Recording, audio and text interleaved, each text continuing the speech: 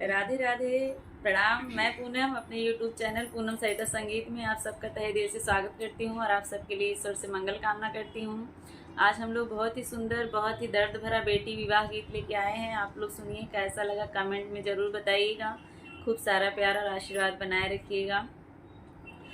बर खोजे निकले हैं बेटी के पापा, अरे बेटी देवड़िया धैले ठाड़ रे ललनवा, अरे बेटी देवड़िया धैले ठाड़ रे ललनवा।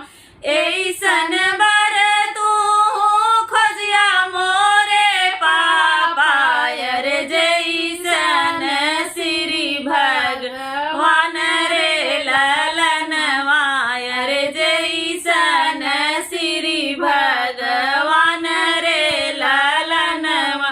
महलया डारी देखी लो भैया जानी पापा, अरे निक रहे घर परिवार रे ललनवा, अरे निक रहे घर परिवार रे ललनवा।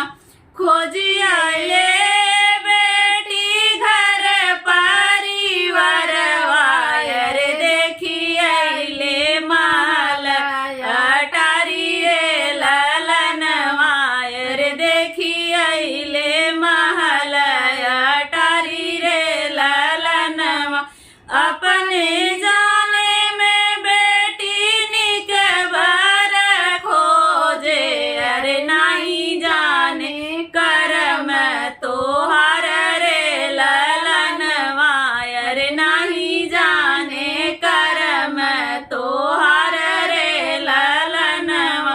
वर खोज निकले हैं बेटी के चाचा, अरे बेटी देवड़िया धैले ठाड़ रे ललनवा, अरे बेटी देवड़िया धैले ठाड़ रे ललनवा।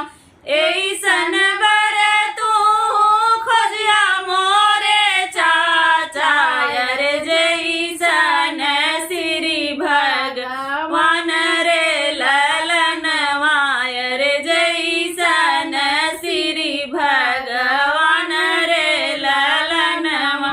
धन